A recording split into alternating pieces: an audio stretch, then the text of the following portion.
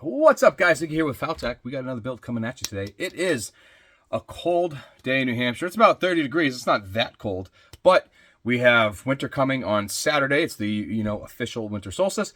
And, well, it's going to be -2 degrees on Saturday, and Sunday is going to be -1. But we have a heat wave coming in.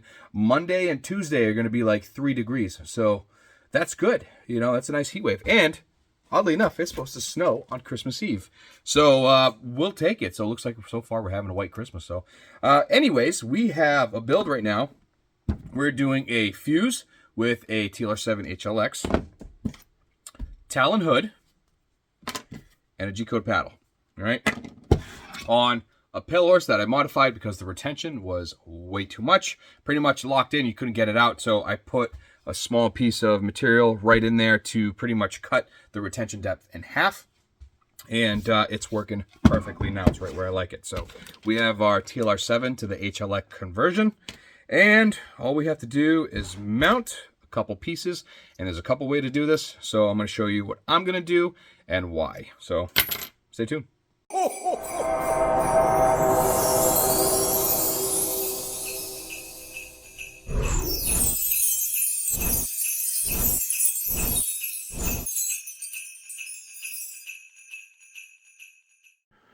Merry Christmas, ho, ho, ho. All right, so first things first, let's just get these on here because this is the easiest placement that we can do. And that is just going to be a couple of quick pieces here, nothing that big. Now, if you don't know, these are just, 1-inch diameter. I brought the light to Home Depot. Let's see here, about 1 inch, yep. And I cut a section off. And now that is my adapter. So there we are right there. That's already cut in half.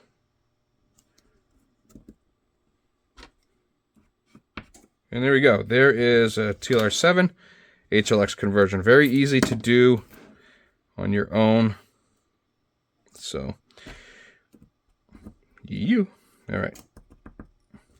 And, God, it cost me $10 for that piece of wood to do that. So, get my money's worth out of it. All right. So now here's kind of a dilemma. So when you have a firearm like this, the fuse and the macro, they're what, 17 plus 1. So we're going to line this up like so. Now you're going to have 17 rounds of 9mm right here. So that's going to make it floppy. So we have two things we can do. Now I did narrow it down to one off camera, but I'm going to show you that. So the Talon hoods, you want it in a good spot. So we're going to do that roughly here, but that means that's going to be right there. Now this is probably the minimum I would go. So if we put our finger here, it's just below our knuckle, probably about a 1/4 inch below our knuckle. So I think that would be the max. If we have it down here, which would be more ideal for the hood for thumb placement, then you're going to have a massive flop. Now, oddly enough, the Spets gear, the G-code, or the Talon, and the WRS hoods all have the same hole spacing. Like so. So in all technicality, we can mount this where we want and then mount this on top. Here's the issue with that. If we mount this where we want it and put this on top, you now added about a 1/2 inch of space between your belt and the holster. So to make this work without floppage, you'd have to have either really tight belt or build up the material underneath it so it's not as thick, it's not as big as a spot. But I believe this is pretty much the smallest we can go here. The macro, if we put this bend right at the edge of the receiver and then this butted up right against it, we should be able to come out on top. So with this here, I'm going to throw that there. So I'm just going to hold that and then take that out of the way and then bring that down, and that's going to go right there. So we'll take some piece of wood, throw that underneath that, and tape it in place.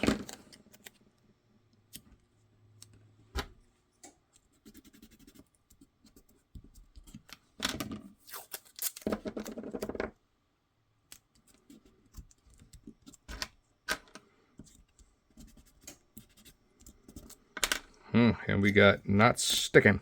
All right, so I'll show you what we do.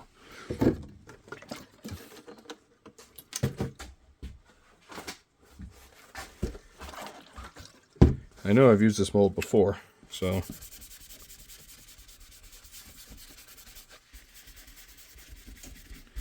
a little wipe. Should be good. All right, let's do that again so we don't spill it. All right, this is going to go right at the edge, right there. That's going to go right there. I should do that again. Let's see here. Got that. That's going to go right there, which means that it's going to go right here. So take that out of the way, take that out of the way, and then drop that straight down.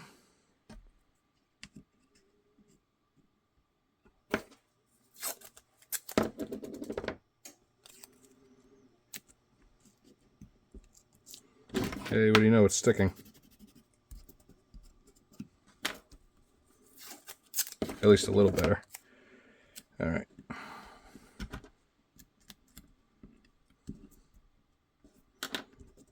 Well, not that much better. And that's going to go right there. Yep, should be good. So now we know the blocking for this. Let's find something that's going to work good. Which is just going to have to be just a small, I mean, that would even work as well. Throwing this right here.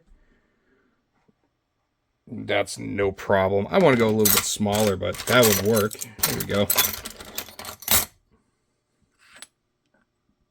Perfect. And that I'm actually going to put in the center.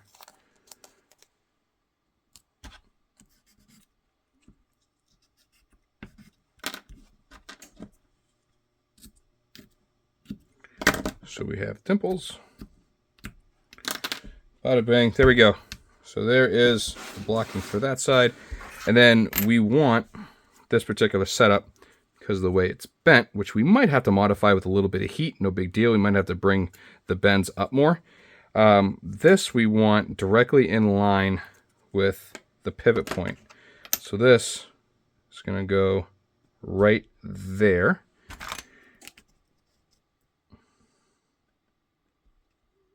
Just like that. But I'm going to want another piece of small wood under it.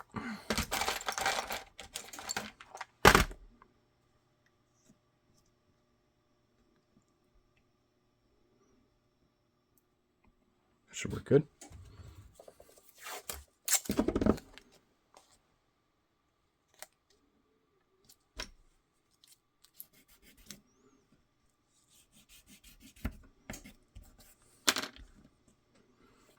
Flip that. I have found that any ink or decals or anything like that could transfer to the Kydex, so all right.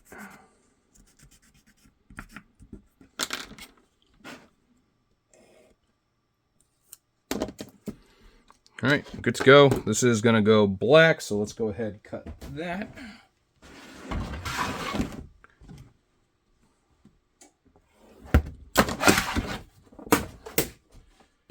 And in the press we go.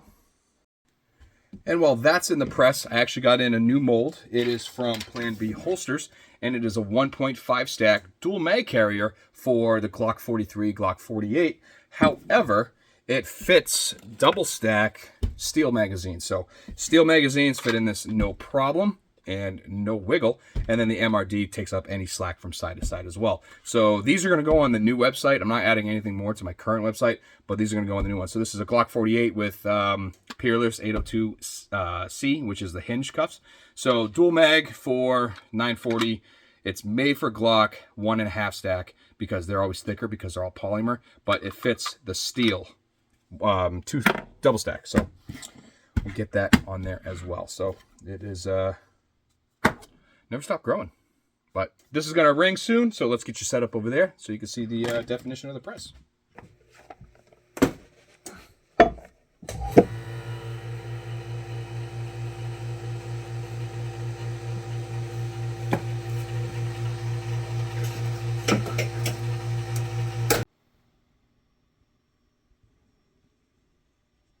Now, before we start drilling and cutting this holster, we have reached 14,000 subscribers. Now, what I've always done, or what I like to do, I think I might have skipped one or two, but every 1,000 subscribers, I like to give away something. Even though I just did a giveaway, we just did the Black Friday sale, Cyber Monday sale.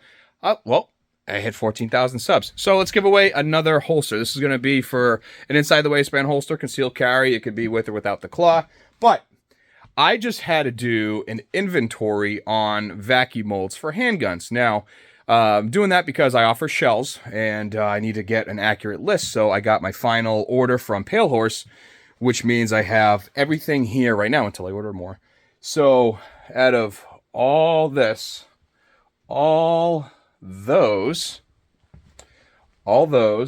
that wall, another wall over there, these, and all this down here, how many molds do you think I have? Now, if you get the correct answer, I will have you email me and I will send you a discount code or a physical card, or I'll just see what you want and I'll just whip it up and get it out to you. So in the comments below, put how many Pale Horse molds you think I have, or actually vacuum molds. I wrote it down. I have a specific number, and whoever gets closest will do it.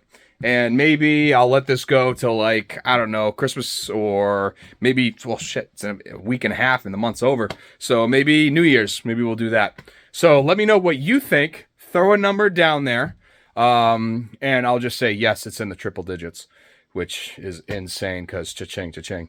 So, and that's not including mag carriers or other accessories. It's strictly handguns. So let me know your number and let's get back to this. Comment below. All right, so this, easy stuff. Let's get these holes drilled, those 4, and then we're gonna have 5 more to do, but we're gonna map out where we're gonna put those. So this, let's see here, because we are gonna throw some rivets down, or eyelets.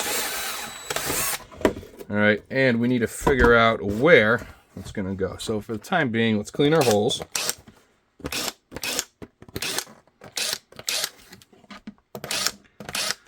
Can't wait to make a trim jig for this. And yes, once I get better with making the trim jigs and scanning, I'm going to do a video tutorial on how I do it. So that way you guys with 3D scanners and printers can do your own.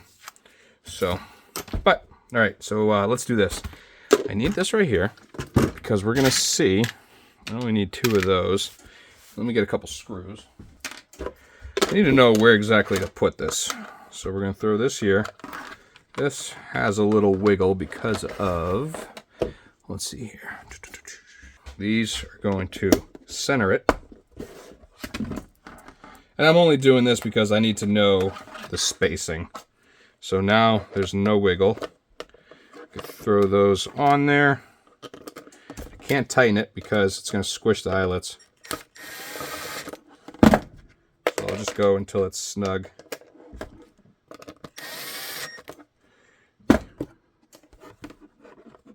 Go push that down.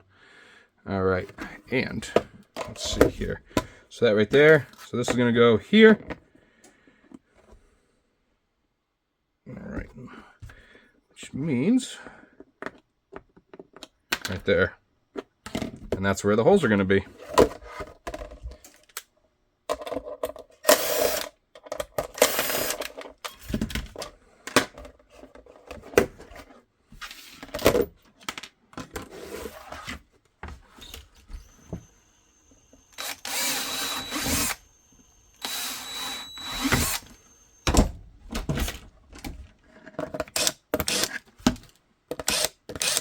Clean those holes. Let's make a freaking holster.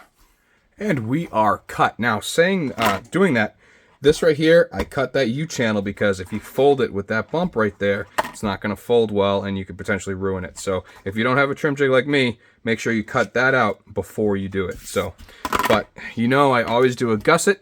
So we're going to go ahead and make that gusset. I got just enough scrap right here. Sit next to the saw. All right. Let's get that filled in.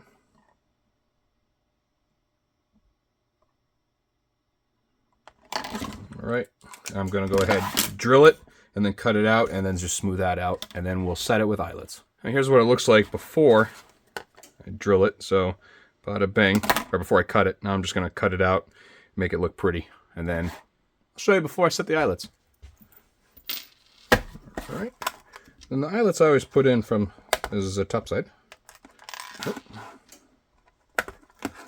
This is gonna give it extra strength and a little bit more than double the material thickness. So there we go. We'll go ahead, just press those down, then we'll fold it. There we go.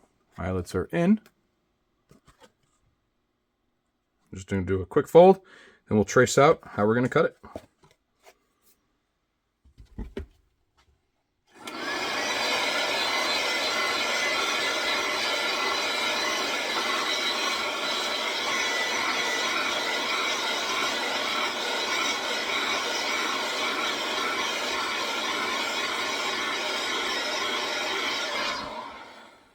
And with that being done, let's go ahead.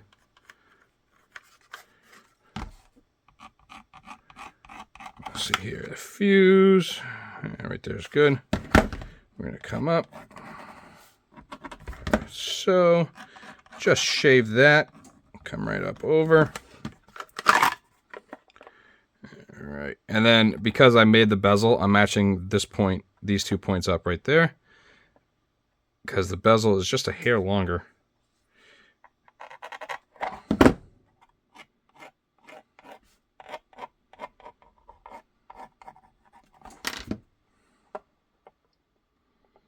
Okay. All right, now I'm just gonna cut. Well, here we are right here, and looking good so far. I'm gonna go ahead and get the belt sander, and I'm gonna do a little bit more of a ridge. If you could see, let's see here, that right there, that needs to come off because it blocks the trigger guard and your knuckle will scrape. No bueno.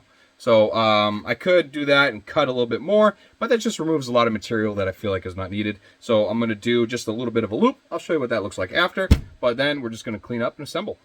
Easy peasy. All right, now we have the hardware that we need. We got shell done, ready to go.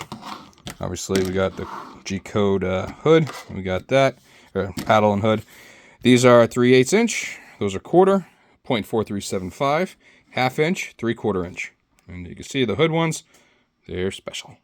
So, go ahead, get this all going. Now, although not required, but anything that moves should have some lube. So I'm just gonna spray that in there, hold the button, just work it a couple times. Not needed, I like to do it. 2 surfaces that go against each other, I like to keep them lubricated. All right, so, oh, I forgot. Got to attach the G-code hood, so that's another 1/4 inch, 0.4375, and 2 pieces of 1/4 inch EDPM spacers. All right, so there's nothing in the center, so we can go ahead and do the retention. And like I said in the beginning of the video, the retention on that mold was just way too crazy. So I went ahead and adjusted it. And I've made holsters before with that mold after the fact, and they come out good. So, but I got an upper. Try this. I'm gonna go a little bit more.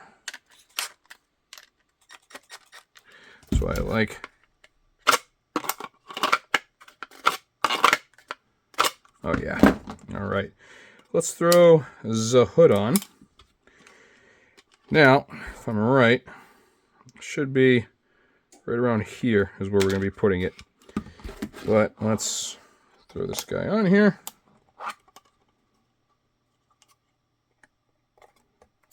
Oh, there we go. Some magic blue juice.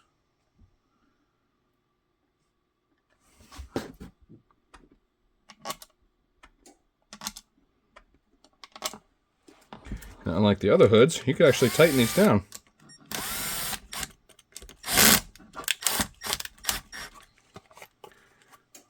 Come on. There we go.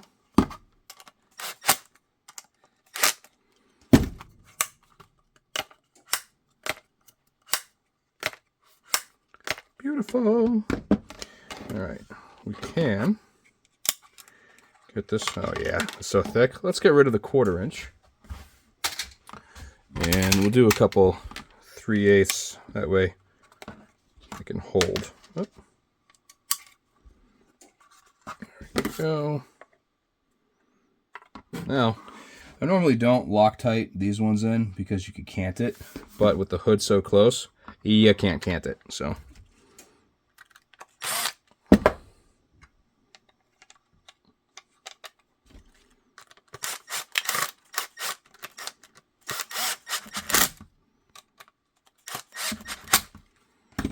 All right, yeah. So if I didn't do that, this other hood would have been here, or this paddle would have been out here, leaving like an inch gap. So I'm glad we did that. So let's see here, and then this is going to go right there.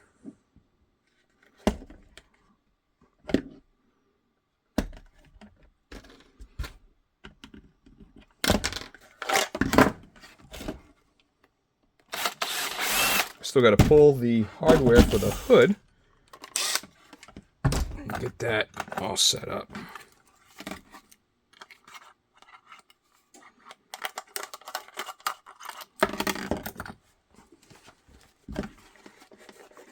Just got to see what will fit good. Let's try the 1/4 inch again. Ooh, 1/4 inch is perfect. Now I'll go grab a screw. Here I have a 1/4 inch screw.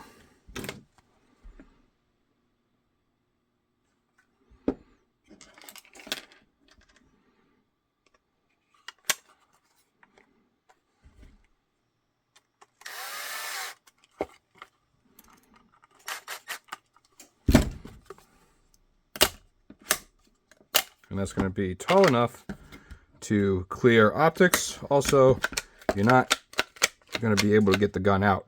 But again, the size of this handgun is determining where to put everything else. I'd like to see this down a little bit further, but you cannot. It just can't be compromised the way it is unless this is up here. It's the only other way. I did talk to Warner, the owner of Talon, about making a smaller hood and getting rid of that bend. But a smaller hood would allow us to do micro compacts, so we'll be pretty good to go there. But there it is right there. And that is a level 2 with the Talon hood. And see where the button is. Yep, right there. Boom, pull. That's a beautiful thing. Beautiful.